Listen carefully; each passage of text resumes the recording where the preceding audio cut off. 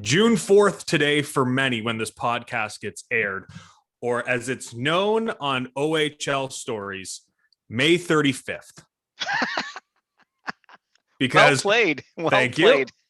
I had to do the math because the Farwell for Hire campaign, although it is destined for the month of May, which is Cystic Fibrosis Awareness Month, it still continues because can people still get 50-50? Can they still sign up for 50-50? No, at the Today time it's done. Okay. As of today, it'll be. I'll tell you what, though. At the time of recording, the jackpot is over $60,000. Can you believe that? Yes, I can. I can't wait for that to go into my bank account, Mike. Yeah. Good luck. Thank you. I have so many tickets. I haven't even looked at like the $1,000 early bird draws because it takes so much to go through on my phone. I'm like, I'll just look at the end. I might have $1,000 right now. I don't know. I bought so many numbers. It's a lot. Anyway, Farwell for Hire continues. If people want to donate, farwell4hire.com.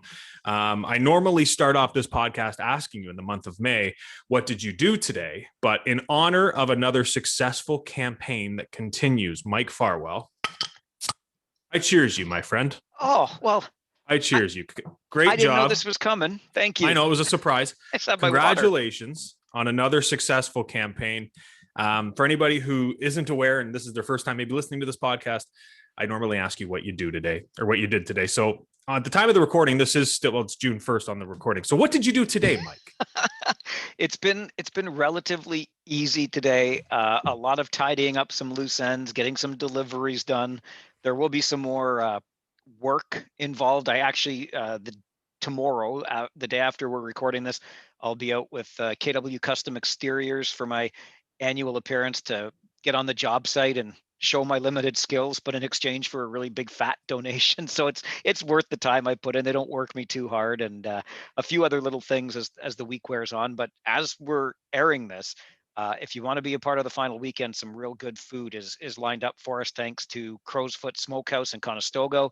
Stop by there on Saturday between noon and 8. Tons of stuff going on. Really good food, I kid you not, and a kickback to the campaign. And then on Sunday, which is May 37th, and the official, that's it. Like, there will be no more, I promise. There will not be a May 38th.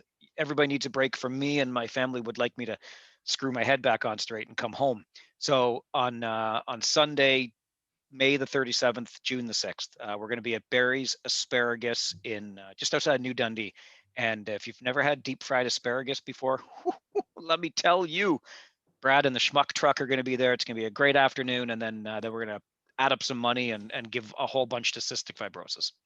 For anyone local, if you're heading out to the Crow's Foot, just go down like 6 houses, Sittler's Bakery, grab yourself some dessert, the Long Johns, the Short Johns. Oh my God. I can't believe how cheap stuff is there. It's like, Conestoga. It's like it's going back in time. It's unbelievable. I went in there, I got like a dozen cookies and 6 Short Johns. She's like, $7. I'm like, what? I felt bad. I'm like, here's an extra $2. Get a little bottle of pop for 10 cents too. Oh, I felt awful leaving there. The guy in front of me is like, I'll take a homemade peach pie. It's like, you can still see the steam coming off it. She's like, that's $6. I was like, this is highway robbery. Somebody pay this lady. Seriously. Anyway, congrats on another campaign. Thanks, That's all buddy. I got to say. I just want to start it off there, but we do have some. You want to start with OHL news? Is there anything else you want to pump on the campaign before we move on, or no? No, that is like, honestly, if I pump any more, then it goes longer, and I may never be able to come home again. When do we find out? Actually, let's ask this. When do we find out the total? Yeah, we should. I'm hoping by the so if the 6th is Sunday, so I'm hoping by the week of the 14th we'll be out, because there's a lot of stuff to still kind of wrap our arms around and get in and stuff. But yeah, hopefully within a week of shutting it right down, we can post a total, and hopefully it's a nice total. We'll see. Nice. It started with the cystic fibrosis walk. Do you still do the walk too?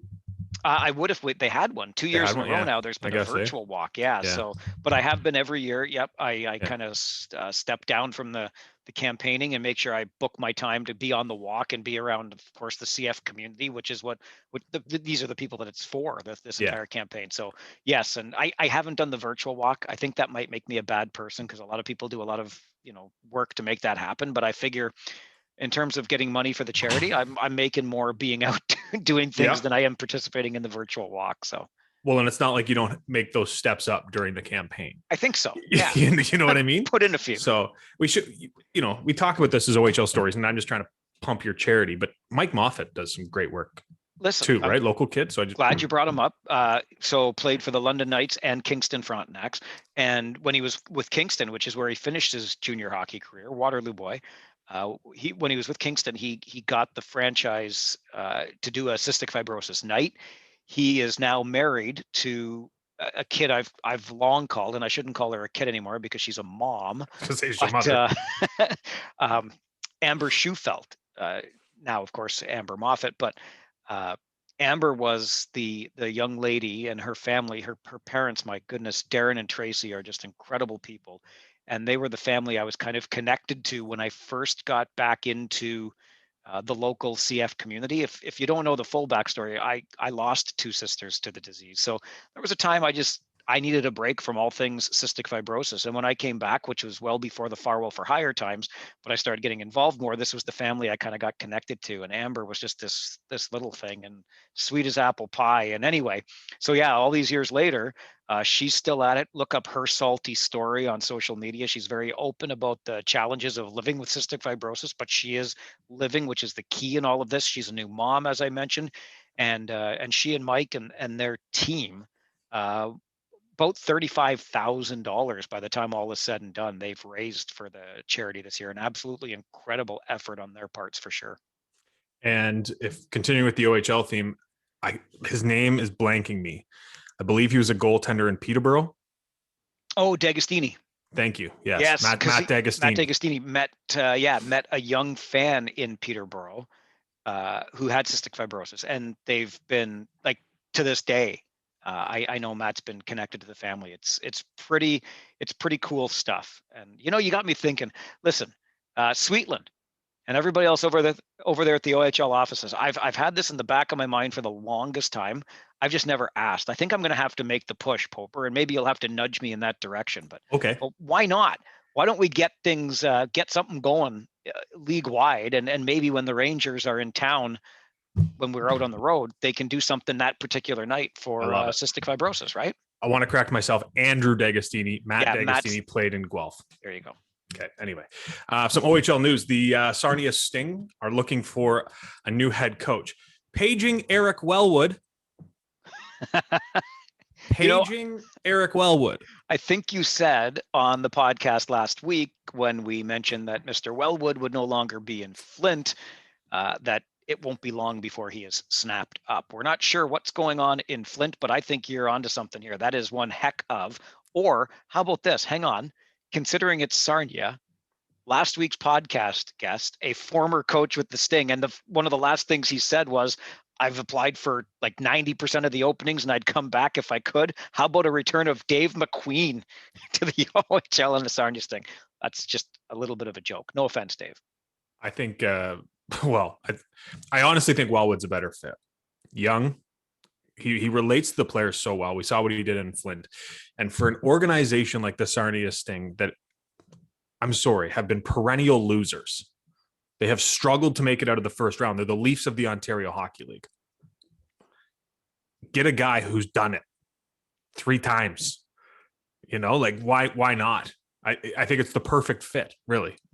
I don't know why you have to be that way when the wound to Leafs fans is still so fresh, but I don't disagree that Wellwood would be a great fit, quite frankly, anywhere. And look, no offense intended to Mr. Hatcher, but I think probably his stepping down is going to be positive for the franchise, just because he wasn't really able to make anything happen there. So he says he remains committed to the team's success. I don't doubt that, but not as a head coach. And I think that's a smart move on his part. Look, they pushed a couple of years ago when Kitchener pushed, and that second round series was fantastic. Could have went either way. Kitchener had the edge on him, but at least they made the moves to go for it. That's what I liked about that, is that you're not just going to go half in. They made some major moves and got some pieces. I think some of their players were just a little more checked out than some of Kitchener's in that series, if I'm being honest. So Jordan Kyrou, who has proved me wrong going to the NHL and has done extremely well, but he blanked that entire series. But I like it. And I like that they have guys there that, like Hatcher, who was won a Stanley Cup, like the people that are in charge of that with David Legwand, who the former Plymouth Whaler. I like that they're still staying in charge, but now they need a new voice behind the bench. And I wonder if Darian's leaving because his son's left too. right? He's not as invested anymore in that team in the day to day when as he would be when his son's there. You made mention of making moves like they did when they felt they had a chance there in Sarnia, and that makes me think of where the other Ontario Hockey League news is really happening right now, and that's in Saginaw. Dave Drinkle, and we've talked an awful lot over this past year, Poper, about Oshawa, the Tomasino trade, Ottawa, and being loaded for bear a second time after falling a little bit short. How about the Saginaw Spirit, which was a team I remember talking to Chris Lazary at the preseason showcase in Kitchener. So this would have been 2019, beginning the 2019-2020 season. And he said that had it not been for the birth of his daughter that summer, it would have been the worst off season of his life, because Saginaw, like so many other teams that playoff, up on Guelph, couldn't close out the series. The Storm go on and win the OHL championship. But Lazary was still smarting from that as the head coach, and the team too. I'm sure Dave Drinkle felt it, that you thought he made his moves. He pushed all in, all these different things. They were still a good-looking team. They had their eyes on something, a lot bigger in the year that eventually got canceled after 60-odd games when COVID first hit. And they've both been signed to extensions through 2023, 2024 in Saggy. Yeah, I don't know if the shortened season affects this stat or not. I can't remember, and I apologize if it does. But the Saginaw Spirit have improved their record each year under Dave Drinkle. That's a major stat for a general manager. Shows he's doing the right thing and shows he's committed to winning. The shortened season might have affected it because they might have missed out a couple games. But man, did they ever have a strong team. And now I'm sure they'll still have a strong team, but they're going to have to start the whole rebuild all over again, it seems, because the league is so circular that now, after, being at the top of their division for a couple of years, normally your team gets a little younger. You start moving some of those pieces to make way for draft picks and so on and so forth. But congrats to both of them, and a winning recipe definitely for the Saginaw Spirit. The younger guys, we're going to be finding out a lot about this very weekend as this podcast is released, because the OHL priority selection, as they like to call it, is going to be taking place here on Friday the 4th and Saturday the 5th. And then you look a little further ahead, and the rankings for the NHL draft have come out, and Mason McTavish right there knocking on the door, which makes me, he's ranked second among North American skaters, behind Owen Power out of Michigan. But that also makes me think, and this is, I hadn't brought up this aspect of the frustration over the past year, but I'm just going to add another layer to it. We missed the entirety of Shane Wright's sophomore season. When we get back to playing, which I'm confident we will sometime this fall, he's going to be in his draft year. We just and that's the beauty. As much as it's a debate sometimes around the exceptional player status, the beauty of it is you get to watch these guys for a minimum of 3 years instead of 2 years and out, right? And so we've missed an entire year of a player that is so very special. I know, but I'm also so excited that I get to watch his third year. That's true. What do you do now? He's, with all due respect to everybody who's going to be drafted to the National Hockey League, like the Mason McTavishes, like the Francesco Pinellis, he was just he won Rookie of the Year by a landslide. No question. Right? It wasn't close. Well, I think maybe for a while, because remember, it was for a while. Yeah, but then second half that he just cranked it right up. Because Mason McTavish, I would say in the first third anyway of the season, came out like right a buzzsaw there with him. Yeah. But then, so he's so much better. Now, what's he going to be like when he's playing, kids his own age and kids even the year younger? He's going to be a beast.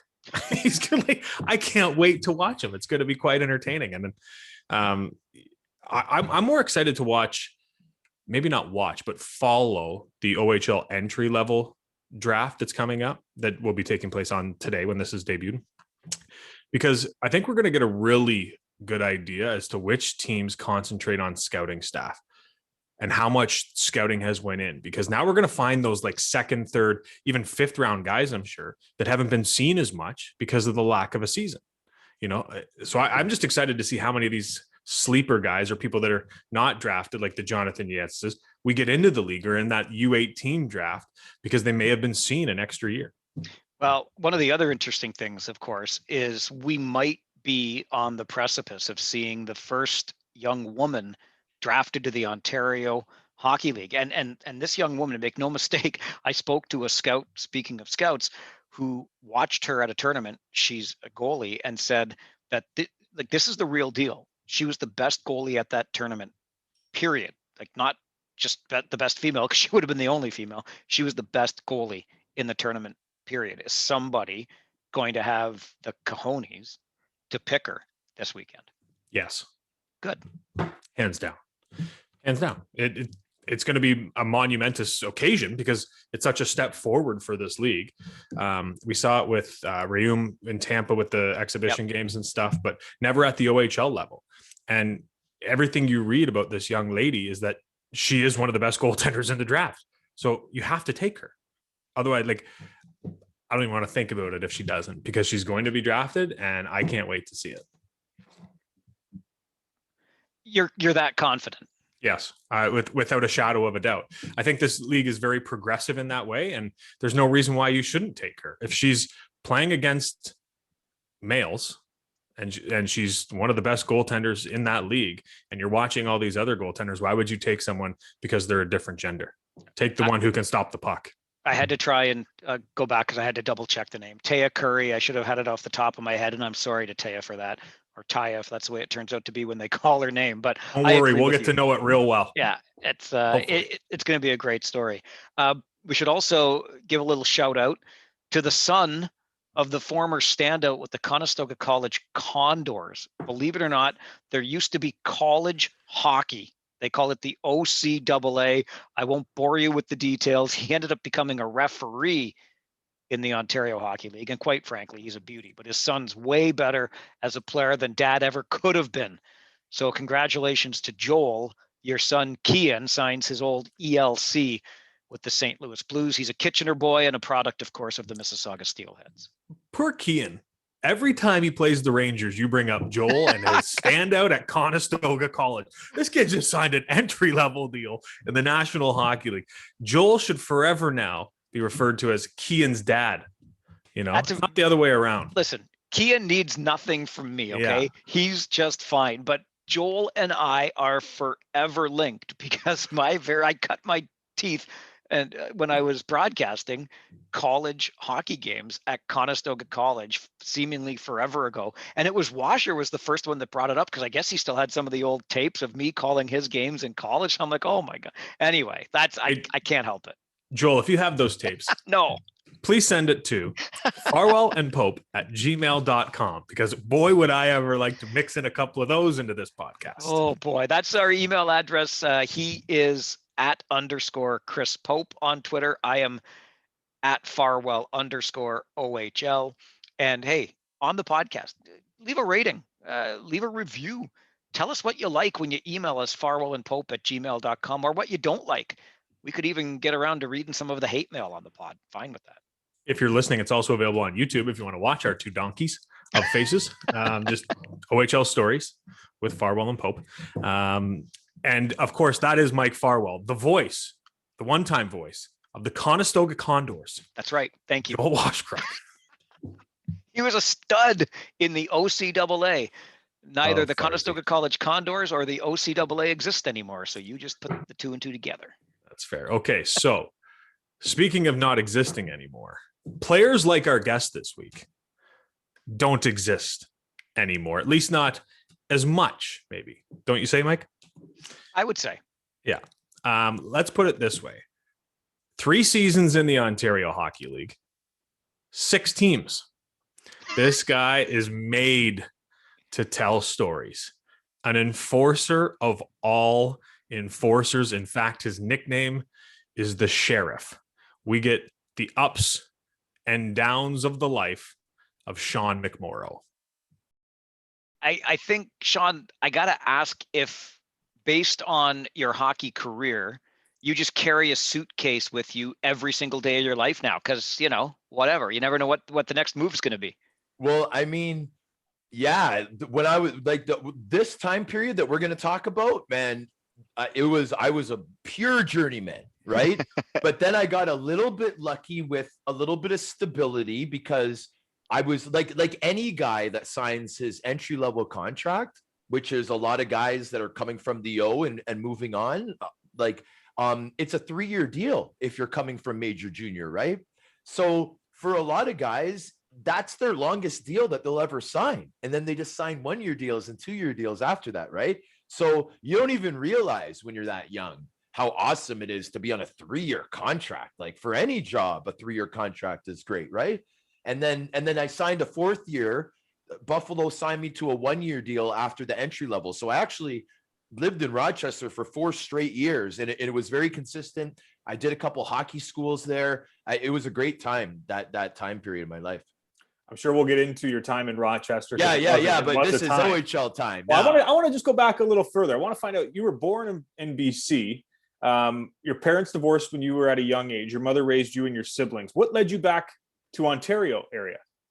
Well, when I was 6 years old, that was the time that my parents did split up, and they had moved to Vancouver as a young couple, both with job offers, when it was a time when it was like a movement when young couples were moving out to the West Coast, and Vancouver was getting very populated. This was in the late 70s, right?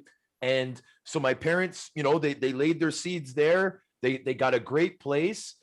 They were married for 16 years, but again, when I was 6 years old, we moved to Toronto because that's where my mother is from. That's where all her family is. But the interesting thing is that I was born Sean Scipio. McMorrow is my mother's surname. She legally had her names changed at that time. She thought that we would be more comfortable being around all the McMorrows in Toronto, and she was absolutely right. But that was I know that was a long extended version of an answer of your question, but that was why why I went from Vancouver to Toronto. My mom's from Toronto. She had just moved out there with her guy when she was young, right? But we moved back to where all the McMorrows are. And, I'm very proud. And it was a great childhood in Toronto. So I begin with the suitcase joke. You admit journeyman career for sure. You're moving as a family, but in the Ontario Hockey League, Sean, 3 seasons, 6 teams. I mean, that's got to be some kind of record. I'm not sure, but Sarnia, Kitchener, Mississauga, Kingston, London, Oshawa. Let's go back to the very beginning under Mark Hunter in Sarnia. What was your welcome to the OHL experience? Well, you know what, man? Like, I appreciate like that intro for this topic, because it gets me so excited talking about like my stint in the OHL, man, because although I played for, like you mentioned, the 6 teams, man, I had such a good experience everywhere I went. There was very good reasons and very unique reasons why I got moved so much. And we'll get into that, because what I plan on doing, gentlemen, is this is OHL Stories. Okay. Now, man, I've done my research too, man. I'm a host too now, so I got to do my research. I'm just watching this Leaf playoff game as we're doing this. No, I'm glancing back and forth because I've never seen a playoff fight like Nick Foligno and Corey Perry, my buddy from the London Knights, just had. But I'm going to turn this off. It's all good. It's a little distracting. No, I'm turning it off, gentlemen, because this is OHL story time, right? So what I plan on doing is I'm going to tell a story from every stop that I've had in the league, right? Which is 6. But I'm, like I mentioned before we started recording, I'm probably going to say a couple Oshawa General stories. But man, coming into the league with Mark Hunter, the Sarnia Sting at that time, guys, they were a franchise that they were somewhat new. They had the new arena when I was there, because this was back in 2000, right? 2000. And the arena was pretty new at the time, but they were established though. And the crowds were sold out. Like, I don't know how it is at the Sting Arena now, but when I played, man, it was, I think the capacity is like 5,500. They were getting that. And it was like a mini NHL arena. And there was suites and everything. And it was just, for a 17-year-old, a 16-year-old coming into that, you have to get over not the fear, but the intimidation, the anxiety of playing in front of big crowds. Because even if you were, a big time player from a junior A tier 2 team, like for example, my Pickering Panthers team before the OHL, we got good crowds, but we were only getting a couple hundred people in the arena, guys. Go from a couple hundred to 5,000, like screaming fans. And it's all like, It's like the best atmosphere they could create, right, for a mini NHL stadium. And that's what they were able to do in Sarnia. So, man, it was such a thrill to play in the first game of the season. I remember it clearly. Like, I'm a stat guy. So, like, I remember scenarios in my career clearly. And I remember my first game in Sarnia, the big crowd. Now, I was the second rounder, right? So there's a lot of high expectations on the top picks when you're at the major junior level, as you guys know. And, for some reason, I can't think of his first name, but his last name was Penner. He was the first rounder. I was the second rounder. Dustin. And, we were both in the lineup. I'm not even sure if the other draft picks even made the lineup. Like, we had a pretty strong team in Sarnia, Mark Hunter had. And man, I was in the lineup. All I had on my mind is just make an impact. Like, you're here. Like, it's like the NHL for players when they first start playing major junior. It's like you're in the NHL because, man, it's the same schedule as the NHL. It's the same pressure as the NHL. You're playing at the highest level for your age. You know what I mean? Like, it's big time. So all I wanted to do was make an impact. I knew I might not get a lot of ice time. I was the sixth defenseman, right, in the lineup because I was a D-man at that time. And I just remember we were playing the Plymouth Whalers, and I just remember having a chance to grab James Ramsey and just I got him so good. I think I surprised him. So I don't think he was really ready. Like, I could admit that. And I got a good jump on him, and I just boom, boom, boom, boom, boom. And then I think he went down. And I did my job, right? And the shifts that I got, I was careful. And man, it went well. And I just remember saying, this is the start of my career as a pro. And that's how kids feel at that age. And it was quite something, guys. Like I really felt big time as a 17-year-old playing in a small town of Sarnia, Ontario. It was wonderful. If our listeners couldn't tell, and our viewers on YouTube, after that story, you were a bit of a fighter, Sean. You're wearing a shirt that's called the Sheriff. Did you always know you were going to be a fighter in the OHL? Well, I mean, I was a pretty good hockey player growing up, right? Mm-hmm. And what happened in that era is the guys that were the big guys, like I was a big guy. Like, I ended up being 6'4", 225. That was my playing weight in pro. But when I got into the OHL as a 17-year-old, I think I was like, a little bit over 6'3" already. I was already over 200 pounds. I was a stay-at-home defenseman. I knew how to use my size, my poke check, but if I was willing to do the extra and do the fighting for my team, it was going to open up doors for me that I couldn't even imagine. And the people that were important to me that I listened to, like important coaches in my past, my current coaches at the time when I was playing in Pickering, this is the year before the OHL. They told me, they said, you know what?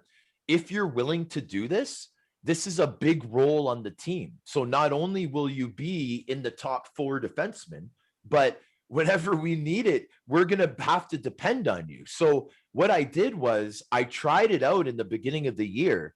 And guys, like, I know it's going to sound like really arrogant, but the result is I was just very successful at it. Like I don't like to fight off the ice. Like, I'm a big, strong guy and stuff, but I mean, I was raised by women, my mom and my sister, my older sister. I got 2 younger brothers, but I was raised by women, and I'm a softie at heart, right?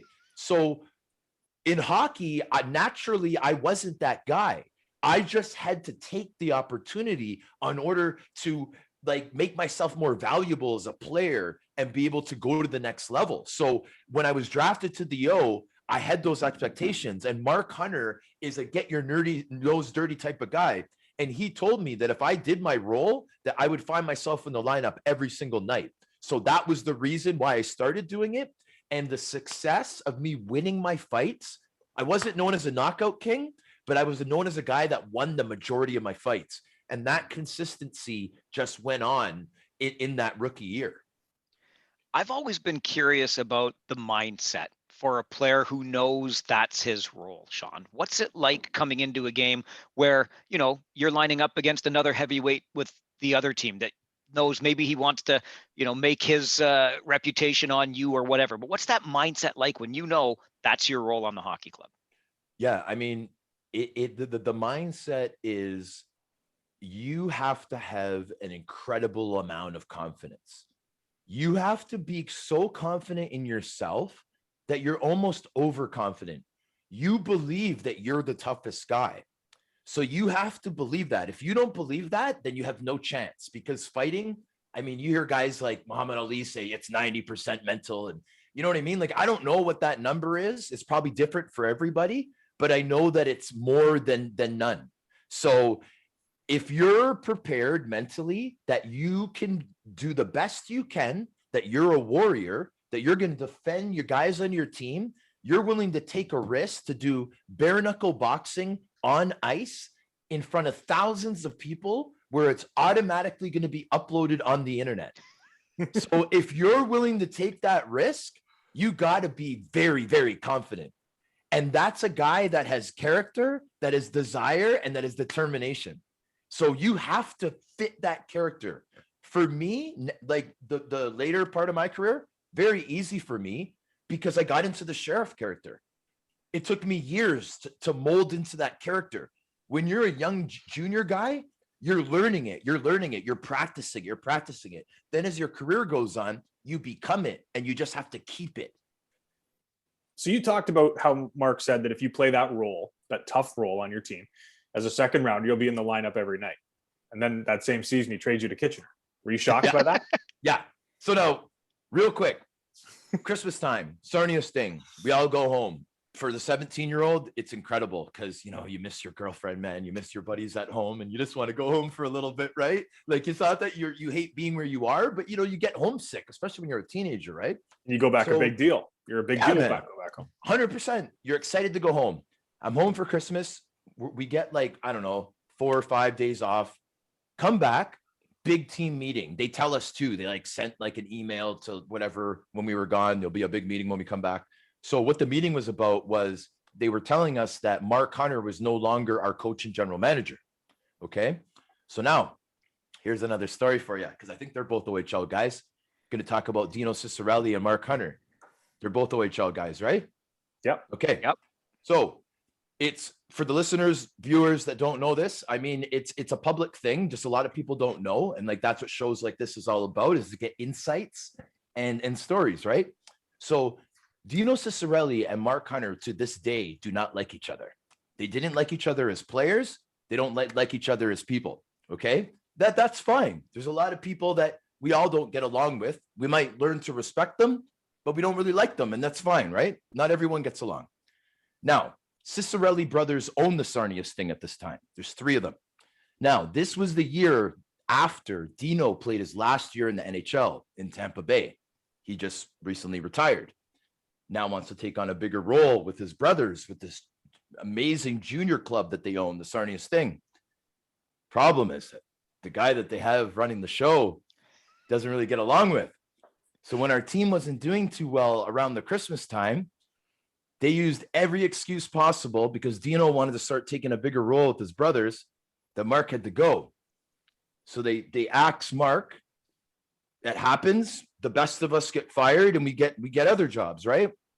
But as a result, guys like myself that were handpicked Mark Hunter guys, we were all traded within a week of that meeting.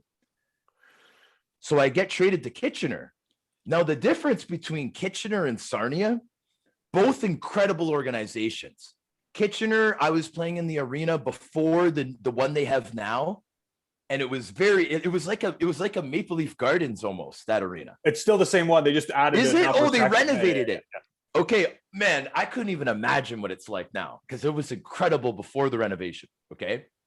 So now I get to this team. Now, the thing is, guys, is I don't know if you guys have ever heard this, but Mark Hunter probably ran the hardest practices in hockey history at any level, man. I'm telling you, practice in Sarnia was so challenging, and it's rewarding too, because you don't even know how hard your team practices are unless you get traded or sent down or called up, or You know what I mean? Because that's how it is. Man, they were so hard. When I went to Kitch, it seemed like it was like the practices were like morning skates before a playoff game where you're just like getting warm. Like I couldn't believe the difference. So for me, it was like, man, like I can go all out and like be like, no, I don't want to be a hero in practice, but I'm a rookie, man. Like this is my draft year. Like I want to get more ice time. Like I'm just going to kill it in practice. And so that's what I was able to do. I was able to dominate in practice. I'm used to these crazy practices in Sarnia. So now I'm going all out in Kitchener, doing really well. Guys are like, holy shit, like McMorrow, like, man, he works hard. Really, I was just doing the same thing I was doing in Sarnia, right? They just weren't at the same level with the intensity in practice. And that's an advantage of being like under a Hunter team, like Dale, Mark, any of the people that are associated with them, they're all about that. So like, that's a little advantage, that intensity. So, I mean, with Kitchener, I mean, guys, like the craziest story that comes out of my mind with Kitchener is at that time, Johnny Erskine was the toughest guy in the OHL. Okay. Now he went on to have a great career in the NHL for Washington. And like, I'm a big hockey fan. I didn't see a lot of Erskine, but he was there for a long time. And it seemed like he just got comfortable in Washington and didn't really make too many headlines, but he kept re-signing, and the man played a lot of games and he fought all the top heavyweights. But when he was in the OHL, he was the king in my mind. My first year, and it was his last year. We go into London, into the ice house. I know Erskine had heard about me, man, because I was on a roll. Like I was on a tear. Like I don't even think I'd really been like obviously I lost a few, but as a rookie, like no one had really got me. Like I was like, did well in all my fights. And they're like, wow, this guy's doing well. So Erskine, and he was looking at me in warm up, and I was like getting all nervous, and I get nervous before every game. And so I had just finished a shift and I'm going off. Erskine looks at me and says, you know, what the F are you looking at? And he cross-checks me right before I get off, like right at the gate. And I fall down and everything. The fight's on YouTube. It's actually very, very funny, like how it starts. So he gives me the cross-check. I fall. I get right back up. And I just dropped my gloves, man. And I've just done a shift. So that anybody that has ever fought in hockey, they know that that's mistake number one. Yep. You got to be ready. You cannot fight at the end of your shift. Me being a 17, 18-year-old, whatever, man, I was just so excited that it was Johnny Erskine that I just did it. And so the fight actually went pretty well for me. I was lucky that he couldn't get my helmet off. Like that's like a big, the commentators even make a comment. They're like, well, Erskine's having a really hard time getting McMorrow's helmet off. And meanwhile, I'm just like, thank God my helmet's still on. I did well in the fight. That upped my status for the draft as well, because Erskine was the top guy in the league. And that was that. You got to remember, this is at a time when fighting's still important. Like teams are like legitimately scouting tough guys, being like, you know, who are we going to bring up? Like our guys are getting kind of washed up. Like that was a part of it, man. Like people are forgetting, but yeah. And man, like it was just how it happened. The fact that it was Johnny Erskine, the fact that I was lucky that I didn't die, to me, that was a story that sticks out a lot for Kitchener.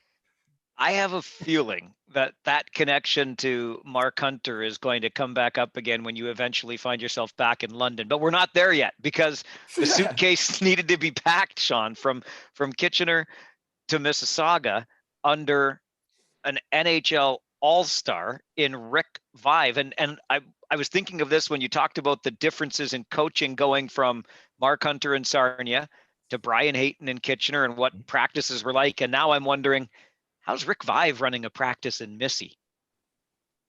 Okay, so now this is the best podcasts are the most honest podcasts, right? Right. We're going to be honest. Now, I'm a big Leaf fan. I was a big fan of Rick Vive. I'm a big fan of Rick Vive, the player. Rick Vive, the player, big fan of him. As a coach, I'm not a big fan of him. Not a big deal. We've all heard, who is it? Who's that player that's always all over the Babcock? Mike Commodore. Yeah, Mike Commodore. Mike Commodore. It's not a situation like that, okay? But Rick Vive, I mean, I think it was just the situation. The team didn't do well when I was there. I was devastated getting traded from Kitchener because, like I said, man, like obviously I ended up getting drafted. I was a late pick. I was an 8th rounder. in a 9-round draft, but I got drafted. I had a successful first year.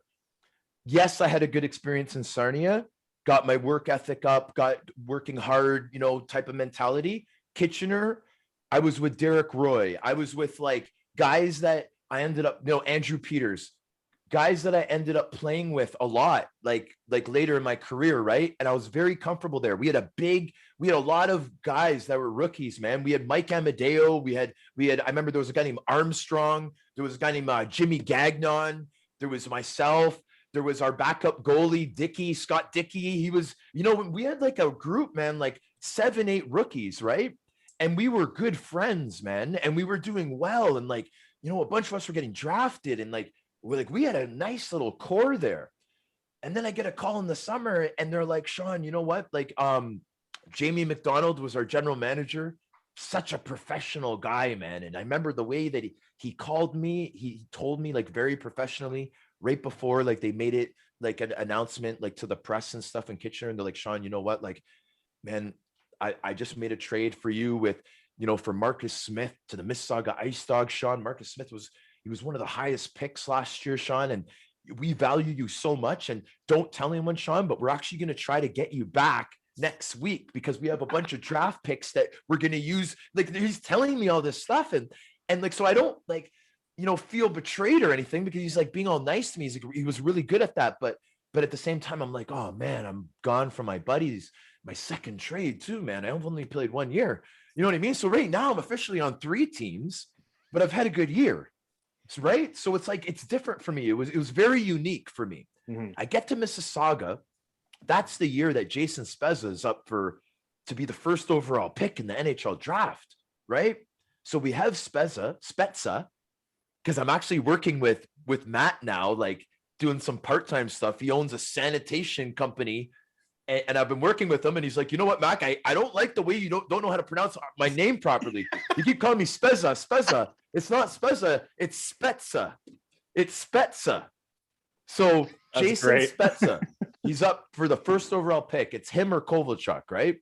And, he's got Bobby Orr as the agent, and Bobby Orr and Don are like best friends, but Bobby Orr's like, Don, we can't keep him on the team because he's not going to go first overall because you guys might make the playoffs, probably won't, but he's got to be on a winning team, man. If we have a chance to be the first overall pick, there's millions at stake. His draft position, you got to be able to let him go here. We got to trade him.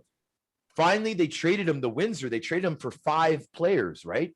So when those 5 players came in, they had to trade another 5 players to make room for them. So boom, another Don Cherry picked guy because they were trying to like change up the whole toughness stuff because we were just too tough. Brian McGrattan, myself, like we had a lot of guys that could really throw down, man. And it was at that age, you don't need 10 tough guys on a team. You can have 1 or 2 and have a good team. You don't need to have the 10 guys. So, man, I get traded from Mississauga to Kingston now. My buddy Don Cherry, who I had on my show last week, he went out of his way, made me feel comfortable that I was going to his hometown, made me feel good as a young kid that's now on his 4th team, getting traded 3 times. And it's only been a year and a half, man, right? The OHL careers are very short. I'm halfway through. I'm already on my 4th team. And, I was only there for 3 weeks. But one of the other stories I wanted to tell guys was I mentioned that I've been very successful in my fights in my career. Well, every fighter knows that you can't win them all. You can't. And if you talk to a real fighter, like a guy that's a true professional, he can talk about losses, no problem, because he knows that there's probably going to be about 20, 30, 40, 50 in his career. You know what I mean? And if you're not able to accept that as a tough guy, you'll never be able to play more than 1 or 2 seasons. Because then the mental health will come in and you won't be able to ever recover from a loss, right? Cassius Clay, Muhammad Ali, everybody's lost. The best of all time have lost. The Cy Young pitcher in baseball has a couple losses.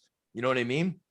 So one of my big losses was against Kyle Werner on the North Bay Centennials.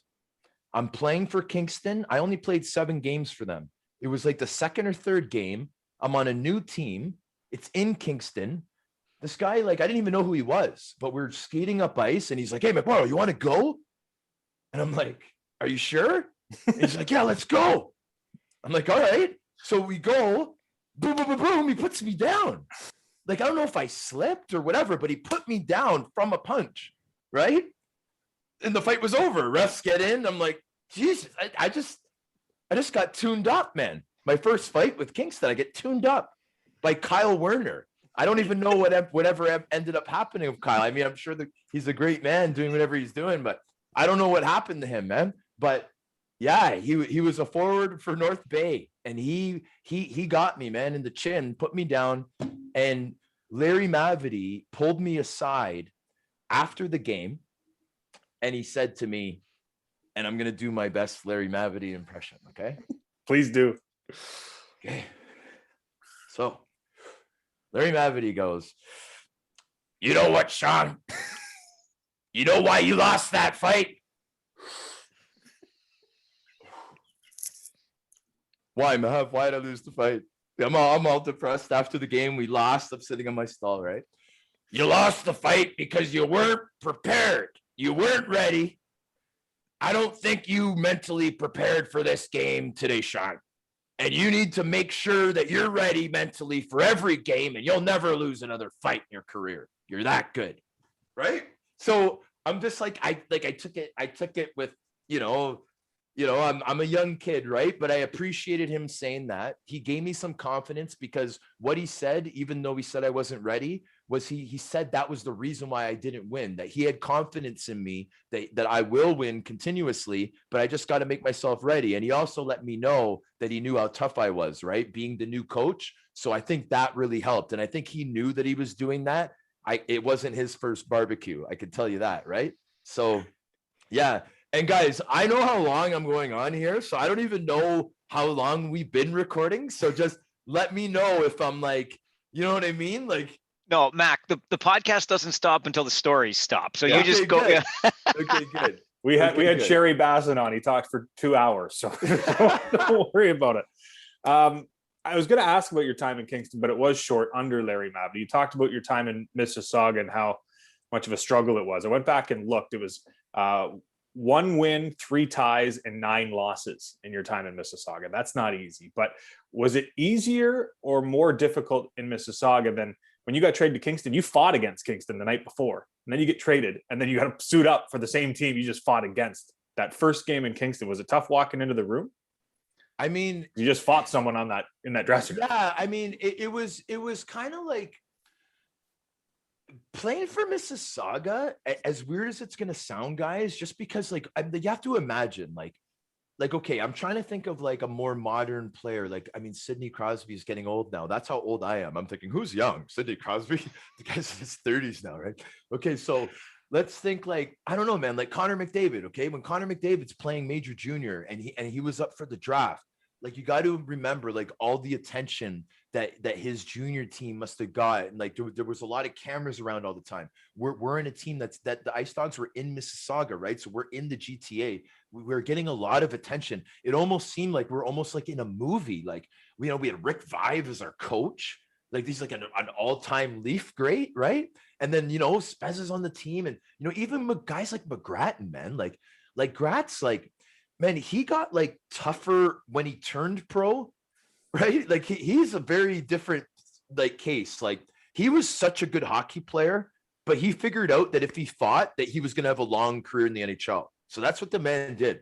He probably could have been a power forward, like a guy that even fought less than Lucic does now, and been able to play and stay in the lineup. But he just knew that if he did that when he was in Ottawa, that he was going to have that fourth line right wing spot. And he's a warrior. So that's what he did. Right. But like, man, Mississauga was like being in a movie. So when I got traded to Kingston, I just have like a guy that I watched every Saturday night, Coach's Corner, talk to me like I'm one of his buddies in the lock, like, you know what I mean? Saying like, you're going to Kingston, everything's good. I talked to Larry Mavity. So like, I kind of felt like I was like a VIP almost going there. So I think that I just kind of didn't notice like little things like that. Like, oh, what are these guys going to think, man? I just fought against them last week. Like, I wasn't even thinking about that. I'm just thinking of like, yeah, I'm coming from the Mississauga Ice Dogs. We didn't win, but man, were we flashy. Man, were our uniforms looking nice. You got to say, those Mississauga Ice Dog uniforms, man, those are some of the coolest sports uniforms I've still to this day. Whoever designed that, I don't know, it was probably Tim Cherry. You know what I mean? But because Tim Cherry did all the Rock'em Sock'ems and all that kind of stuff, right? But like, man, that was a nice jersey. I was really proud to wear that cool jersey. I just wish we put some wins together, man. Yeah. Okay, so the aesthetics and the fashion appeal aside, it was something I was curious about given all the teams you played for. If you were going to pick one and frame the jersey from your OHL career, which one would it be? Okay, man, it would have to be, it's really weird. It'd have to be like a London Knights jersey, but like the arms and the neck would be like an Oshawa Generals. Those are the two teams that I kind of like where I made my mark. Because with London, it was the Hunter brothers. And guys, here's another OHL story for you. Now, you got to remember, this was a fire sale in Mississauga, right? After the Spezza trade. Fire sale. They had to get rid of at least 5 or 6 roster spots, right? And we had a bunch of second and third year guys that year. So a lot of guys were getting moved. Like I ended up getting my best friend, Dan Sullivan, who I met on that team, ended up being the best man in his wedding. He got married in Pensacola when we were in our 20s. I met a lot of cool people on that team, but we all knew we were getting dealt. So like, it was a really big deal. And I guess London was trying to get me from the get-go. But Mississauga was just trying to get as much as they could for every player because they really didn't do well the first few years in the league. And they were like, okay, now with this, they looked at it as an opportunity, the Spezza trade. They're like, we're not good now with him. So let's get good from him. Let's use the assets that we get from this player and really turn our organization around like that. And if you think of it, if any of us were in that position, we would have had that same mindset, right? So they were really trying to they didn't want to rush the trades. They just wanted to get the best thing for every guy. So I kind of understand, but I really wish that they just traded me to London because again, I'm 18 years old, guys. It's very difficult to just move around like this, even if you think you're in a movie or not. Truman Show or not, man. You know what I mean? It's still difficult if you're 18 and you think you're in a Truman Show, right? So yeah, like anyway, like so like from going, so the London Knights told me when I got there that they had tried to get me, like I mentioned from the beginning, but that Mississauga didn't feel they were offering enough. So as soon as I got to Kingston, it was, I don't know, like again, I got traded for some good players though, man. I was, my confidence was up. I got the guy, Lou Dickinson, Sweet Lou, man. That's who I got traded when I went from Kingston to London. Sweet Lou went the other way. And like, I thought, man, I was very okay with that. My sister was going to the University of Western Ontario at the time. And I always kind of was fond of the London Knights, like, you know, being a kid from Ontario, like they won a lot of Calder Cups and stuff, even before like the Corey Perry, the Hunter era, really. They were a popular team, right? So I was pretty excited to go. The fact that my sister was in the same city, you know, she's only 3 years older than me, and you know, she helped raise me, as I mentioned earlier. So it was in a very exciting thing for me to go to London. And the fact that it was the Hunters and they told me how they've been trying to get me for months, like I felt very welcome. And again, man, it was the same type of situation. Not saying that the practices were easy, but it was the same situation with the group of guys that were there, like it was in Kitchener. You know what I mean? So it was I hit it off right away. They put me in as a forward. That's when I kind of switched from defenseman to forward. Okay. And the Hunters used me as a tough guy forward, and I was able to solidify myself as people saying that I was the toughest guy in the league. Right. And then that was what helped me to sign my entry level. All I had to do was prove that I could play. And that's like going to be like the Oshawa. Before we go to Oshawa. Yeah. Dale Hunter has come up on this podcast so many times. I don't even know how many, like a gazillion. And obviously, you know, both Mike and myself are based as Kitchener Rangers broadcasters, let's just say Dale isn't the most liked person in Kitchener, to put it mildly. And I could understand that. Yeah. For sure. I mean, So you have to understand as a guy that was in the room, of course, the success is there. But what was it like with a guy like Dale? I mean, with Dale Hunter, it's like the guy played in the NHL for so long, right? So we've all seen him and followed his career, like him or not. We've all done it. And we've done it for a long period of time. From the Nordiques to the, to I felt like I knew him for so long. I was a Mark Hunter guy, right? So Mark Hunter was the guy that brought me in, the guy that coached me. When Dale came in, it was like they talk the same. They have the same type of tone and same type of personality. So it's a little bit trippy because you know that they're brothers, but it's like the same person. They just look different. They have the same values. All the Hunters do. Even Logan and I don't know why I can't think of first names, but I played with a bunch of them, right? There was a couple sons and a couple nephews. Rick Stedman was the nephew, and then we had Dylan Hunter and we had Logan Hunter. There you go. Sorry, boys, if you're watching. I love you guys. So they're all the same, man. They're the hardest workers. They'll fight anybody. And they were just brought up that if you're more intense and hardworking than the guy that you're lined up against, that you're going to win that hockey game.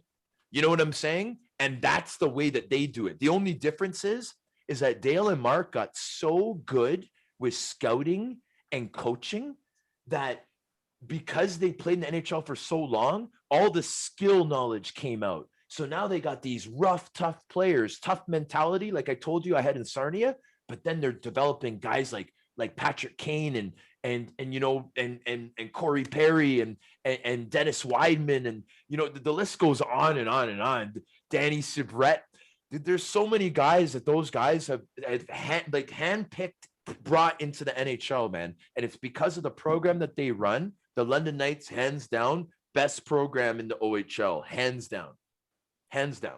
So when you talk about the program, take us through it. Is it the way that you're treated as a player? Is it the way, going back to the practices you talked about, Mark running, etc.? Like, what makes it such a good program?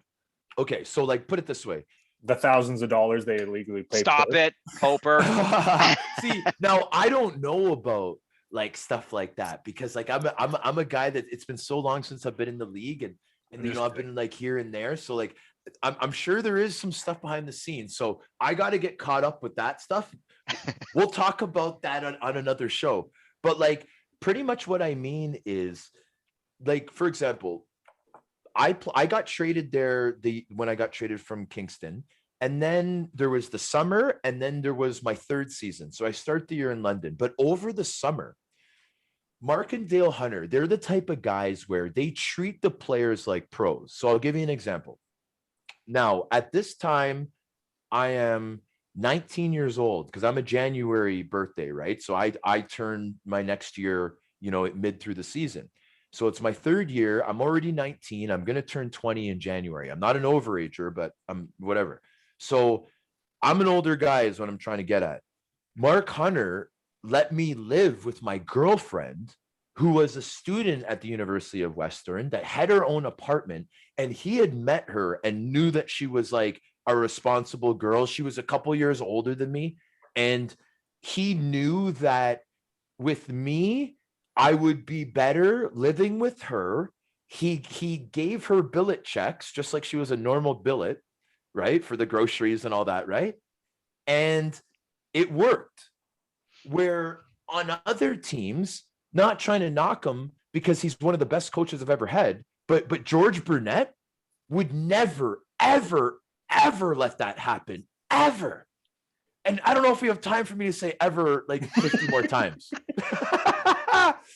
Right? So there's just a difference. George didn't play where Mark played, right? So he doesn't know what it's really like. And some 19-year-olds are better off living with their girlfriends than having a billet and having to follow the family rules of the billet. And then what if they clash and it affects his play and now he's not doing good in school? Mark knows that you could avoid all that and just do what's best for the player and for the team, right? So they got that down pat. Because he was in Sarnia for all that time before London, they got so much experience on how to build like a strong front office. Like, you know how much they were criticized on building that arena downtown? Because that's when I was there, when all the talk and plans, they're like, you'll never be able to do it. People will never be able to pay for parking in a congested downtown London. Buddy, it was probably one of the most successful sports moves in Ontario history. Never mind hockey, man. Right? So you got to credit the Hunters for that. They're business genius. And you guys being Kitchener guys, you probably want to like stab me in a part of my body right now. So it's cool. Right? But I'm just talking real though. And you know what? Like Kitchener, if I was there longer, I'd probably be talking about them like this too. Because like I said, man, I got drafted to the NHL because of my experience in Kitchener, right? But I'm just talking about the fact that London was the team I played for the longest. I was pretty much there for almost a year and a half. And for a guy that played for 6 teams in 3 years, that's actually a long stint, half of that stint, right? So yeah, so that's where my experience lies, guys, right? And that's what I call the system. Listen, I was just joking about the money in London and whatnot. Farwell and I talk about it all the time, how they're the cream of the crop in the OHL. They both are so successful, so intelligent. They're such smart hockey guys. We have nothing but positive things. Well, we have other things to say too, but we know the positive aspects that the Hunters bring to this league. So you mentioned obviously George Burnett. What did he mean to your career in Oshawa? So me and George, man, I love George, man. And like, I know he's the type of guy too. Like it's usually players like love him or hate him. Right. And like, so you have to understand, like I was a stay-at-home defenseman for half of my OHL career. So in my defense of what I'm about to bring up, okay, it took me a long time to score a goal in Major Junior. Okay. It took me a few years. 161 games. Yeah. Right. I came close a bunch of times. And like I said, man, I was a stay-at-home defenseman. I wasn't supposed to score. But the fact that the end of my second and my third season, I was a forward, and looking at my stats and seeing the big goose egg, it was very weird, right? So I get to Oshawa, and you have to understand, this is 2.5 years into a 3-year career. Like I'm one of the older guys now. I have this title of like whatever, but being one of the toughest guys, whatever you want to say it. And now, so the London Knights, another good thing that they did is they told me, again, just like how Jamie McDonald told me in Kitchener, they called my girlfriend's house, and like we didn't even answer the first time. Like I remember hearing a voicemail. I think we were even out for dinner, like, right? And we come home and we hear this voicemail. We're like, oh, something's going on. And like, you have to remember, that's my girlfriend, right? And she goes to school there. So if I'm moving, like she's gonna be upset, right? Like I'm young, right? So I call Mark back, and Mark's like, Sean, gotta talk to you about some stuff. We had to make a move here. We're doing this for your career. We're doing it for the team, and it's best for everybody. And we're trading you to Oshawa. Brian McGrattan, okay. It'll be easier if I don't do the Mark Hunter impression. So Brian McGrattan, he got into a big fight. And Gratz has told this to people, so it's not like I'm telling stories that I shouldn't, although these are exclusive OHL stories. Brian McGrattan got into a big fight with George Burnett about a week before I got traded there. And I guess, I don't know, he was upset, flipped the desk or something. And George, being the very strict guy that he is, there was no way Brian was going to play another game for the team, right? Because that's how George works. And so they traded him to like Owen Sound or something. I don't even know where Gratz went. Like, I think it was Owen Sound he got traded to. I don't know why I'm thinking that, but anyway, after Oshawa, wherever Brian McGrattan went, that was the time that I came. And so pretty much, even though I wasn't anywhere close to the player Brian McGrattan was, George just wanted a guy that could fill the role of a power forward on the third line. Not on the fourth line, on the third line, which means you're getting a regular shift. And that's what he promised the Hunters, because the Hunters didn't want to trade me, man. They liked having like the toughest line in the league, because it was like me, Chris Bain, and like, I don't know, you put Dan Bucella or whoever. There was a bunch of guys you could have put with us, and we were one of the tougher lines that you could get at that time. And the Hunters loved that, right? Because we would get big crowds at the Ice House, and they wanted to see the tilts too, right? So people were paying money at the gate to see some tilts. And I know that was part of the business, especially at that time. This is a long time ago that we're talking. And and yeah, so pretty much, I mean, okay, so they told me that so George wanted a guy that would fill that role, play, and I've never had that opportunity before, guys. So I'm now being able to play a regular shift. After the first couple of weeks, they ended up throwing me in front of the net on the power play. So now I'm already confident because I think I'm the toughest thing in the world. I'm 19 years old. People are telling me I'm the toughest guy in the league. You tell a 19-year-old that, he's going to think that he's tougher than Superman, right? So that's where my head was at. Now I'm playing a regular shift, right? And then I start scoring. Like I score a goal and I'm like, geez, I got a goal now.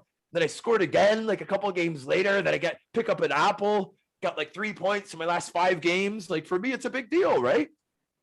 Then we play Peterborough Petes. This is in Oshawa. Big rivalry, Oshawa versus Peterborough, right? Score a goal in the first period on a wraparound. Awesome. Like a Doug Gilmour 1994 wraparound, man. Do that somehow. Second one, defenseman shoots it from the point, and I tip it right off the blade of my stick. Boom, bing, off the crossbar and in. 2 goals, man. Third one, get a pass in the high slot, and I just bury it. 3 goals. I got Ben Eager on my team. I got Nathan Horton on my team. Chris Beckford-Sue. We you know what I mean? And boom, 3 goals. Make a crazy celebration. 3 goals. I didn't have 3 goals in my career, and I'm scoring 3 goals in 1 game. A PP and 2 short, like, you know, and I couldn't believe it, man.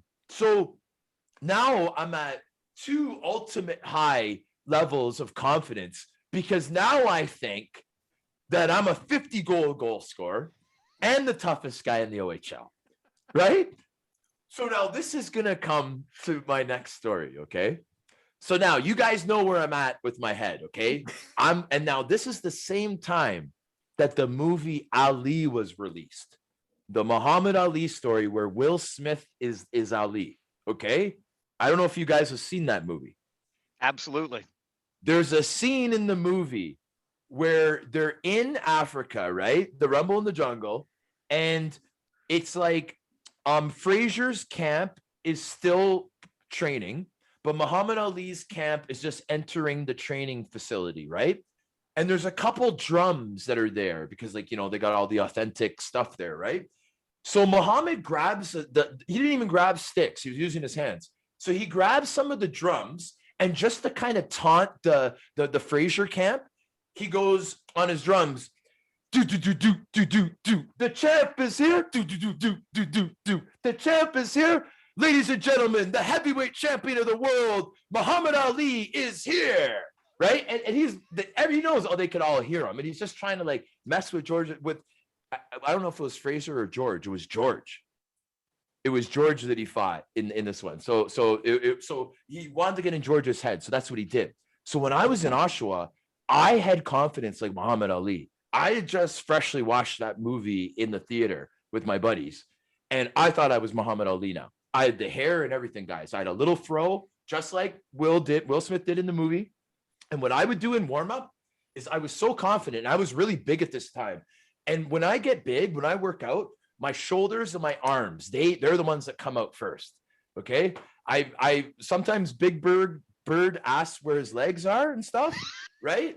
But my shoulders and my arms, man, I'm happy with my jeans with that. So I used to wear cutoff shirts, right? So I wear cutoff shirts, and, you know, guys go out in the stands and they tape their sticks, and, you know, they do their little skipping and they do their little routines, right? And everyone's kind of scattered all over the arena, and the arena is empty, right? So you could hear stuff. Like if guys are getting loud and stuff, if they're taping their sticks by the bench, you can kind of hear whatever. But I would walk out there and I'd be like, okay, who's out here? Okay, a bunch of guys on the other team are out here. Okay, perfect. So I take my stick and I bang it against the boards. Same thing. The champ is here. Ladies and gentlemen, the heavyweight champion of the OHL is here. And then I was doing the Ric Flair thing. I've been doing that since I was 18, 19 years old, man. I would do, ladies and gentlemen, OHL heavyweight champion Sean McMorrow is here. And I go, woo, and I'd smash the boards.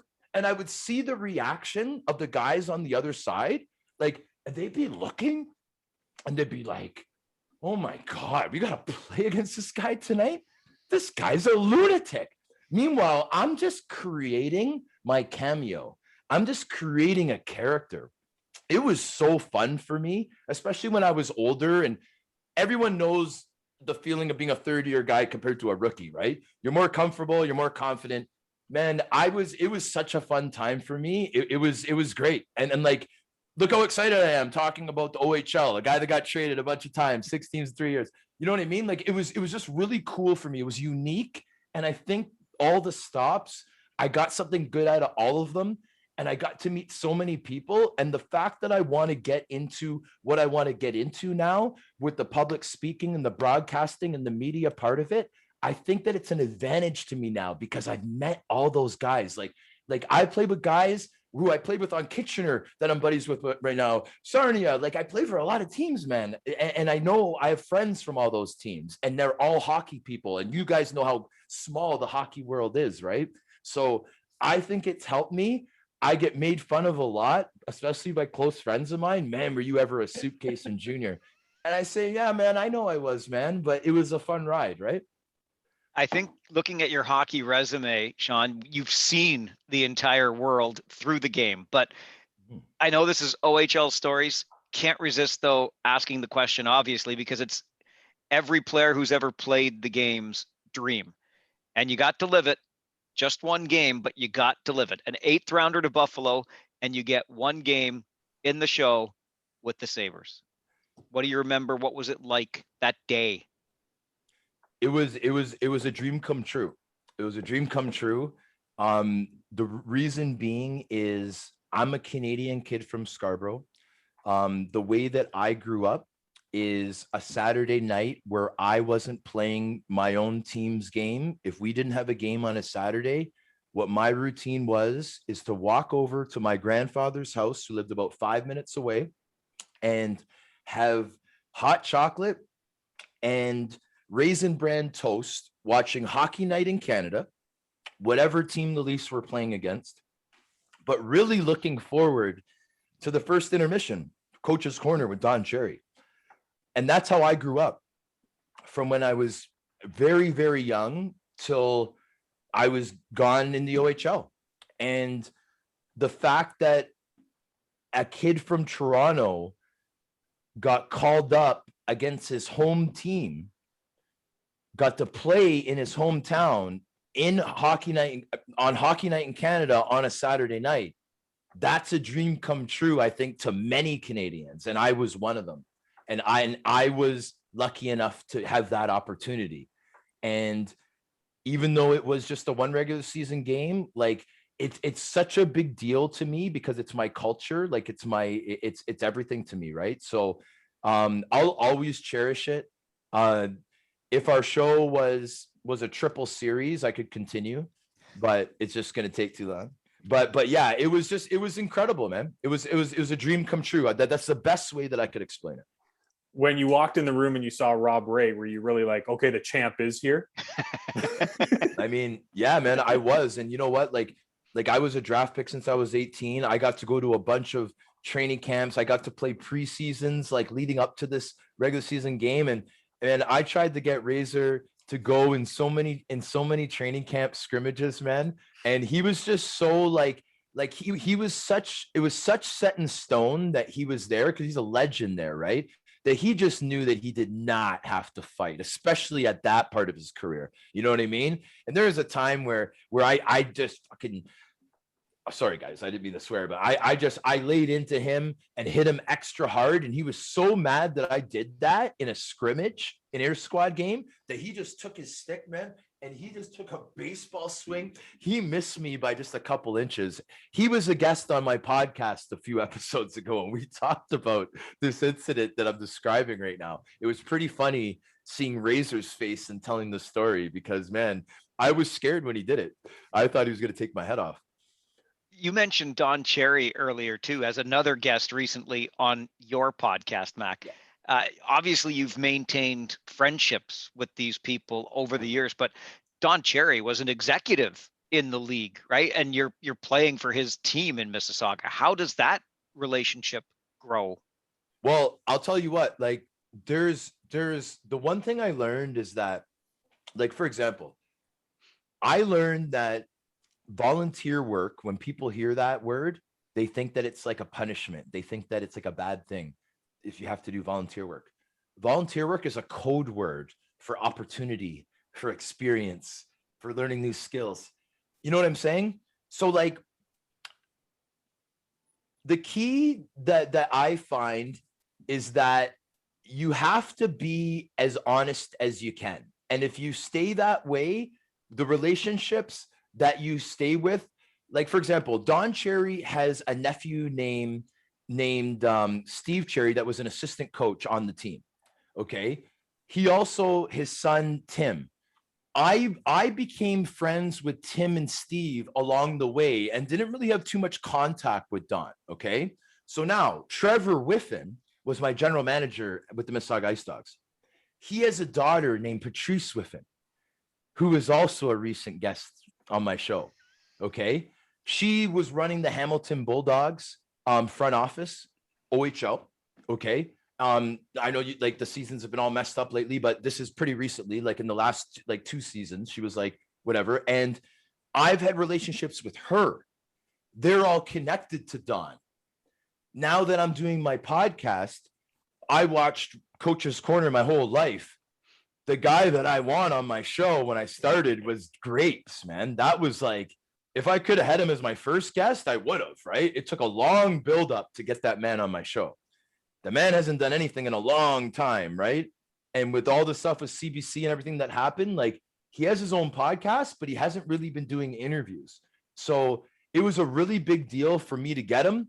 For one reason, the man's 87 years old. Okay. And, you know, I adore the guy. There was a point that I really wanted to bring up. That like I was really upset with the court of public opinion after his, you know, parting ways. The official word would be firing from CBC, and I feel like as a visible minority that knows Don Cherry very well, that was with him when I was very young. A guy that when I got traded, one of my OHL stories, when I got traded to the Kingston Frontenacs, he made a point to come to the arena that day. He knew there was going to be a couple trades. When I got traded, he pulled me aside, actually pulled me into the hallway and said, look, you're going to my hometown. I know you're upset, but don't worry. Keep your head up. I've spoken to Larry Mavity. They got big plans for you. You're going there with welcome arms. You're going to be received with welcome arms. And for an 18-year-old kid at that time, that meant so much to me that a sports icon was taking the time for a guy that just got traded from his team. He had no vested interest in me whatsoever. And he did that. Why? Because he cares, because he has a great heart, and because he's a great man. And I know that. I have personal experiences with him. Now that I have a platform on my show, you better believe I was bringing that up. I would feel so guilty if Don passed on and no one tried to do what I did on my show. And I was pretty much pointing out the fact that Don's already made it public that he did not mean to hurt anybody's feelings by his comments, and that he also wished that he used the word everyone instead of you people. And he admitted that that was a big mistake on his part, right? But what he did was he did the interview on Fox News, and Fox News does not get too much traction in Canada. And people started building up this opinion on my friend Don Cherry, and it was not the right opinion, and it was not an accurate opinion. And even family members of mine, extended family members, okay, had a certain opinion of him because they don't know the guy like I do. So it was very important to me. I didn't get Don to say himself these things, but he agreed that it's very fair to say that he was sorry if he hurt anyone's feelings, that it was taken out of context, that he did not mean for it to hurt anyone's feelings, and he was not centering out anybody, that he meant everyone. And he said, you people, because that's the way that he talks. I've heard him say that phrase a million times, referring to so many different types of groups or people. And when it comes to races, he was mostly talking about the Caucasian race when he used that term. Okay. The problem with Don, I love him, but Don is stubborn, like a lot of us are. And he was mad the way that he was come at, and he's stubborn, and he did not want to say that he was sorry to the CBC, but he is sorry to anybody that took that out of context and that their feelings may have been hurt. And he agreed to that on my show. And he said, you're absolutely correct for pointing this out. And I felt so much better, because even though it didn't go viral and CBC didn't announce that they're happy that Don Cherry agreed that he's sorry, none of that came out of it. But deep down with me, I know what I was trying to do. And I just wanted to let people know who this man was. And I was able to accomplish that. So that's how much Don Cherry means to me. A guy that I looked up to my whole life since I was a little kid watching Hockey Night in Canada with my grandfather in Scarborough. I think stubborn is a perfect way to put it. He spent the majority of his career in the American Hockey League, where you then went to, and you won Man of the Year 3 times. Is that the proudest moment of your career? It's the most important part, because as I was mentioning before, doing public and promotional appearances, aka volunteer work, what that brought to me was I wanted to model the career of Rob Ray. So I want to get that out there first, because I know he's a fellow alumni as well, right? Rob Ray Of the OHL? Yeah. Did Razor play? Pretty sure, man. Yeah, When Cornwall had a team, right? The Royals? That's before my time. Yep. Of course. Well, Razors. But hey, man, you're a young dude, man. You're a young dude, of course. But yeah, I wanted to model my career after Rob Ray. I saw Rob Ray and it was an award ceremony, and they were honoring him for what he did for the city of Buffalo. And I was able to see this as a draft pick when I was at a conditioning camp one summer. And I kind of made a decision that night that if I'm going to have an opportunity to play for a professional team, if I'm going to have a platform that because I play for this team, that people are just going to really care what I have to say, and it's going to make an impact on them, then I want to be like this guy. Razor was Mr. Community. Razor was the one that I was seeing kids with disabilities coming up to him crying because they were so happy that he was there, and they looked up to him so much, and they were so happy about the amount of money that he was able to help raise for their foundation. And I'm seeing this, and I'm like, I want to be like that. I want to be a guy that makes a difference. I want to be a guy that makes an impact in people's lives and makes things better. And if I'm going to do this, this is how I want to do it. So when I started in Rochester, what they do is they put a piece of paper up in the dressing room, and it's for a public appearance, because really what the team's trying to do is they're trying to sell tickets. But what they're doing is they're associating with like a charitable cause, or like a mental health thing, or it's good what they're doing, but they're selling tickets. They're getting stuff done because they're making a difference, and they're promoting the team. They need a player to do it. I signed up for every single one. When guys see the paper, like, and anyone that played, they know it's like this. They see the paper, they roll their eyes. They're like, I don't want to do that. I just want to eat lunch with the guys and go home and just play Xbox. I guess like that's like the player's life now, probably, right? With COVID. But anyway, so for me, I was like, no, man, I see what this does. I know the experience that Razor must have had. I saw the smile in his face. I know that this was so good. Him doing this, that's how he got it. He met them this way and he embraced it. So I'm like, I'm signing up for all of it. I signed up for every single one. What happened is I ended up getting very comfortable. ended up getting comfortable talking in front of people. Obviously, I won't shut up. So you guys know that I'm comfortable right now. And I started getting good at it too. So what the front office would do is they would just come to me, and instead of putting the paper up, they would just come to me and be like, Sean, this is what we have going on this week. We got something on Monday and we got something on Wednesday. Monday's a school, Wednesday's a library. Both the themes are teamwork. It'd be cool if you told that story that you told last week about the teamwork and how it helps you. We thought that was really effective. And yeah, man, just bring your smile, and we'll have Rob Brzezinski come from the front office, and it'll be all good. You know what I mean? So that's how they did it. And then we would kind of like recruit another player to come with us, but it was like my thing. And like what I learned is that George Larocque, I know he's a Quebec Major Junior League guy, but George Larocque, I guess like he was one of my guests a few episodes ago too. And every year that he played, he had a guy in the front office that was assigned to him for all the charitable things that he did. So what I learned with meeting George is that our careers were very similar because we worked with our front offices and we embraced this, guys. And I learned so many skills from being that man of the year that I'm going to be using these skills for the next 25 years of my life. So that's what it's really all about. It's about learning, meeting new people, and making a difference. And there's nothing more beautiful than that. And that's volunteer work, right? All right. I know we've kept you for a little more than an hour already. No. But... I've talked for too long. No, you have not. No. You said it would be an honest show, right? Okay. Well, I'm gonna drop some truth on you then, Mac. Okay. So here it comes. Get ready for this. Because I have to finish at least my end of things with this. Of course.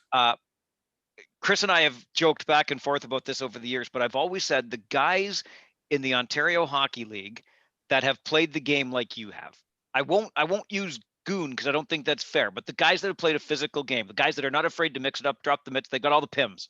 Yeah. Have been my favorite interviews. And I mean that sincerely. Corey Konechny, Cam Jansen was probably one of my favorites of all time. And for Cam something? He's a beauty. He was another guest on my show.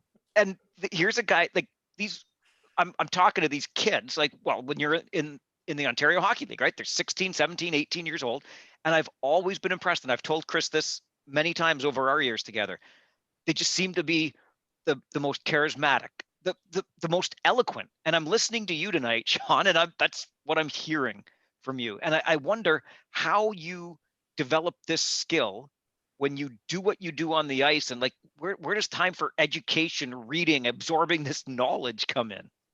I mean, pretty much what it is, man, is this is the life of the pro hockey player and the major junior player. Because I'm telling you, it's very, very similar. The times of the practices and stuff are different, but it's the same thing. Practicing every day, being on a very tight schedule, and playing in front of big crowds in high pressure situations. Same thing, just on a smaller scale, right? So you come to the arena in the morning. You got to be there at least an hour before. So most teams have practice at either 10 or 11, right? So let's say you got to be at the arena at 9 o'clock, right? So you're there at 10 to 9. You're there, you're hanging out with the boys, stretch, whatever, have your chew because you can't smoke during the season. And you know what I mean? You practice. Maybe there's a workout after practice. Maybe there's a team meeting. You're out of there at noon. You're out of there at 1 o'clock, guaranteed. Okay. If it's an extended workout. Now, when you're a pro, which this is what this schedule would be, because in major junior, this would be like 3 o'clock in the afternoon going on, but this is 10 in the morning as a pro. You're done at 1 o'clock. Guys go out to lunch and they go home. That's a choice. That is what's in your contract that you have to do. Okay. You got to practice with your team. You can't do any dangerous activities. Like, I don't know how some guys get away with it, but you're not supposed to be able to ride a motorcycle. You're not supposed to do snowboarding, just like skydiving, weird shit like that. Like, that's all in the contract, right? But after practice, after workout, you can go home. Now, if you want something more, then you do the appearances. Then you work with the front office. That's how you learn. That's how you learn any skills that you may be talking about now. It was just doing more than the minimum. And when I do interviews and they ask me about this type of stuff, I haven't said it yet, so I'm going to say it. I always say, like guys, if you're coming into major junior, even like the tier 2 leagues, they still do promotional stuff for their teams, especially pro. Sign up for everything. You have no idea the opportunities and the experiences that you're going to have by doing this. It's not volunteer work. It's not a bad word. Just think of it as something else and just do it. Because I guarantee you, you're going to get something out of it. You're going to learn something, and you're going to meet an incredible person, a new skill, whatever. Just do it. I had to get that in there. But yeah, that's how you learn. It's just going. It's just showing up. It's good. It's good to hear that, because you're talking to this guy over here who's one. I don't know if it's this side for our YouTube viewers, but this guy volunteers his time all the time for our community. Yeah, so won every award possible, so he gets it. I gotta ask. Anyone can Google you and find out that you went from pro hockey to the lowest of lows, I'm sure, in your life. Spending some time in prison. I won't get into the whole story because that's not what this podcast is all about. If people want to know, you can Google it. But how important was it for you to come through that experience and get back into the game? Well, it was really important. And I just got to backtrack you just a little bit. Okay. You didn't say anything wrong, but I just want to add to one thing that you're saying. Please do. So now, you mentioned the word Google. So now, other shows where I've gotten into this more, like, you're saying that it's not what the podcast is all about, but see, with me, I mean, I am a public person. I plan on being a sports broadcaster. I plan on being a public speaker. I have a very strong story, and it needs to be told. And if I want to be this person, I also have to own my story. And I also have to have small versions of explaining it when it comes up like this, right? So you got to have 5 or 6 different ways of telling it. Well, of course. Yeah. And I have to be able to kind of like, not minimize it, but just make it smooth and quick so people can understand. And there's the long versions and short versions of every story, right? But the reason why I wanted to add to the Google part was just the fact that that's what one of my problems was, Google, when that did happen to me. And what I mean by that was, when that happened to me, it was a terrible thing that happened. And when I came back, it was really important for me to get back into the game, because as far as I was concerned, when it came to my attention, that was the greatest time of my life that I was having. I was playing for the Belfast Giants. I was 29. I was 28 when I got there. I was 29 when this happened, because I have the January birthday. This happened in March when I found out about the indictment. And the thing about the whole Google thing that I'm talking about is I was charged with a conspiracy charge. And the reason why I'm saying that is because it's a very unique thing what happened to me. Everybody's heard that the term, the American system is broken. We've all heard that, no matter how much we want to admit it or not. Deep down in our minds, we've all heard it hundreds of times.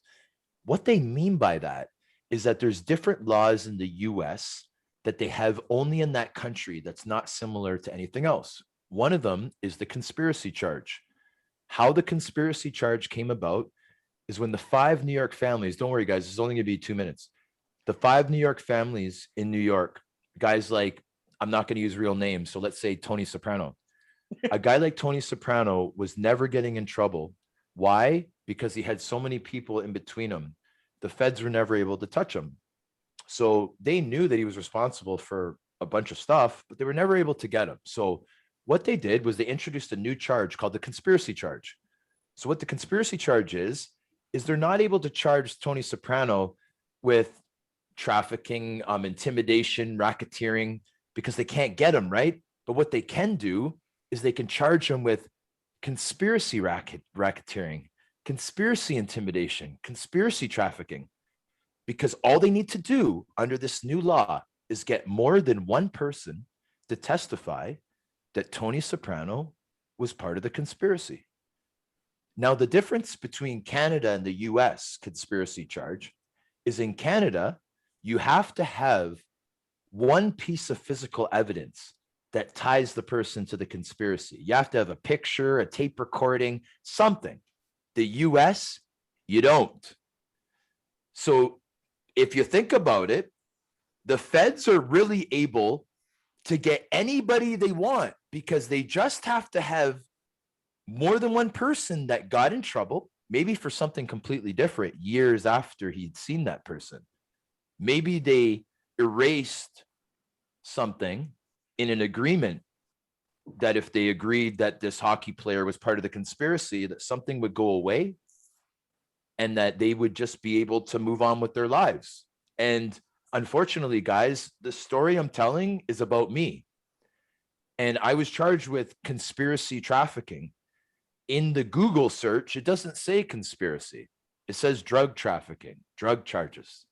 And that was the hard thing for me, is that people really don't know what happened.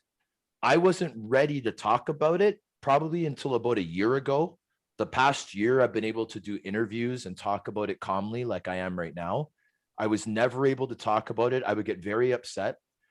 I was convinced by a high-priced lawyer and others to sign a guilty plea because I was guaranteed a probation sentence. I was always told that I would never spend one day in jail. The day of my sentencing, I had 25 members in the courtroom, including another 15 from my fiance's family that was from Rochester, New York. I had 25 family members from Toronto in that courtroom. We had a big party planned in Toronto. Where my head was at, I got a lot of prominent family members, a lot of prominent aunts and uncles. I would be approached by one of my uncles. Okay. I'm not going to say names. One of my prominent uncles. You know what, Sean? I'm so glad today is going to happen because you've been through so much and we're so proud of you, Sean. And it's all going to be over today. We're going to have a great time tonight and we'll see you when we get back. Right. And that's where the mindset was, that I've been through enough. Right. I hereby sentence you to the Federal Bureau of Prisons for a term of 24 months, man. That's what the judge said to me that day. In a normal situation, a guy on paper that has a squeaky clean record, that even in the charges that he's being accused of, there's no weapons, there's no violence. This is a conspiracy charge that they said happened years and years from when the story was told. Like, it was so crazy the way it went down. There's a 5-year statute of limitations. They said it was 4 years, 11 months, and 29 days from the last known crime when they put out the indictment.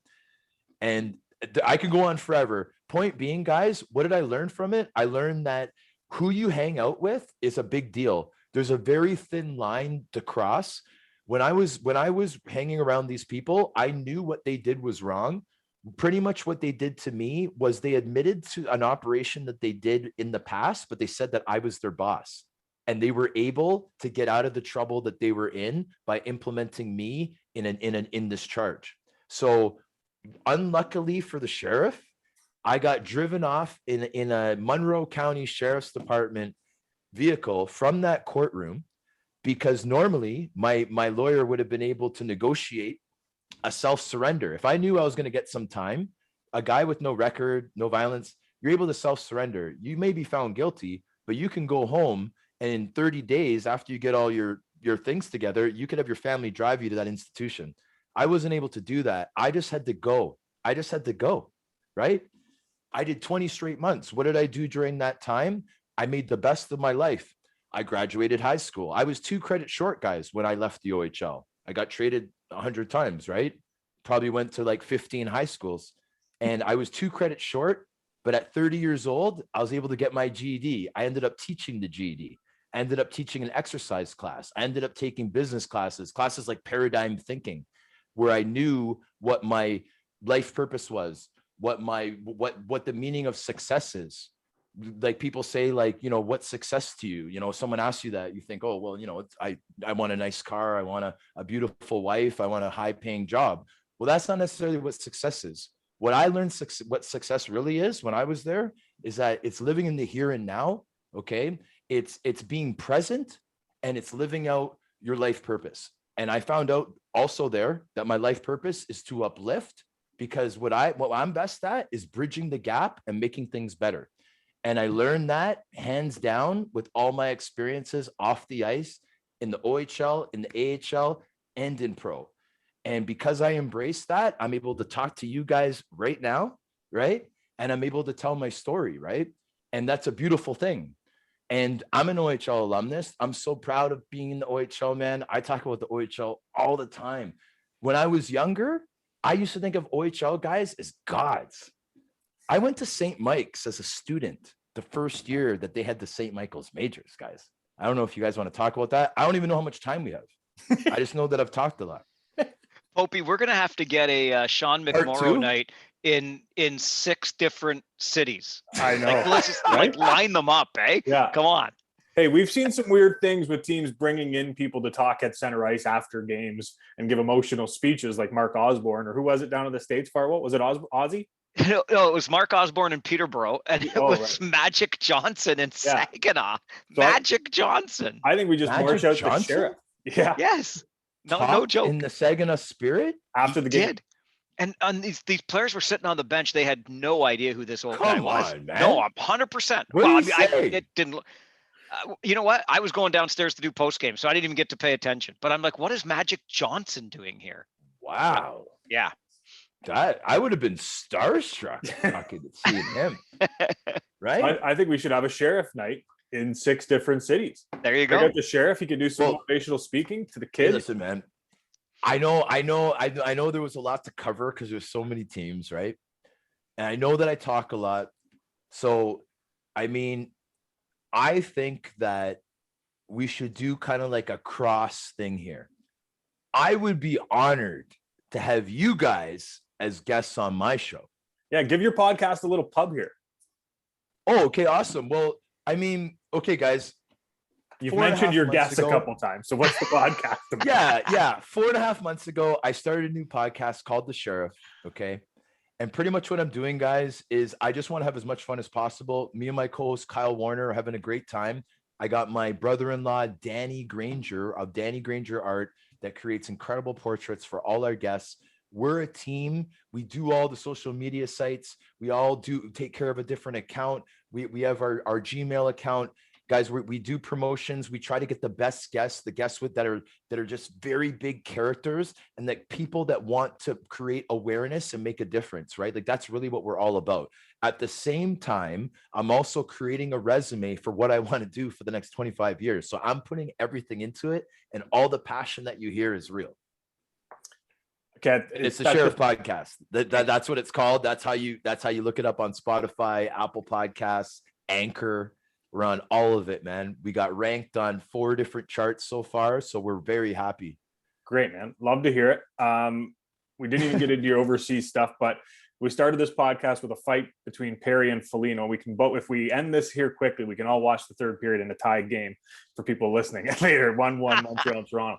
But I gotta ask, I do this every podcast. Faro makes fun of me at the end. Always of the podcast. one more. Always one more. I got one more in the bag. Yeah. And this one's just for me. I don't know how many listeners are going to pick up on it, but between you and me, Sheriff, how's my boy Weapon X? Okay, let me tell you something about Weapon X. Weapon X. Okay, so we could talk about him all night, but let's talk about. You're talking about the fact that I had him on my show, right? I haven't talked. Alex Penner is his name, and I haven't talked to Pens in forever. We played Junior B together. I followed his career. I know you guys had a couple tilts overseas. Yeah. Okay. Yeah. Well, the first point I want to make is I had him as a guest on my show. Mm-hmm. Alex Penner, aka Weapon X, to this date is still our most listened to episode. The guy is so entertaining. People just love him, and it shows because we have the most hits for the Alex Penner episode, right? We've had guys like Shane Corson, George LaRock, Don Cherry, but Alex Penner, highest. It's incredible, man. And the reason is because he's such a cool dude. He's so entertaining, but most of all, it's how funny he is, man. I don't know if he was funny back when you guys played, but man, oh man, is he ever funny now, man? One of the toughest guys I've ever met. We had some great fights over in England. Well, I was in Scotland and he was in England, but it's the same league. And yeah, man, he's the real deal, man. He really deserves to have a nickname like Weapon X. Okay, I got to do one more real quick, and this is just a one-word answer. No one-word answer. By listening to another podcast, you guys estimated about 470 career fights, which to me is absolutely insane. Who was the toughest guy? 470 fights. Who was the toughest guy? Was it that guy in North Bay?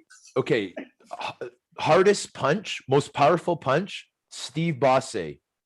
LNAH legend, became a UFC fighter and had like a 9-1 record or something in the UFC as a light heavyweight. Okay. He's the only guy to TKO me. He did it in 2007. I sat out one weekend, and then he was the first game back, and I beat him. So it was like a big deal for me, man, to get over that. This guy is the only guy that ever knocked me, man, and I had to fight him my first game back. Toughest guy, like overall, I'd have to say John Nasty Marasti. Do you guys know who that is? I've heard his name come up numerous times. East Coast American he's League. Pretty much a minor pro legend. Yeah. Played in the AHL for a bit with Syracuse, played over in the KHL, but of course he's an LNAH guy. He was always the highest paid guy in the glory years of that Quebec league. And he owned that league for a long time with Bosse and Joel Theriault.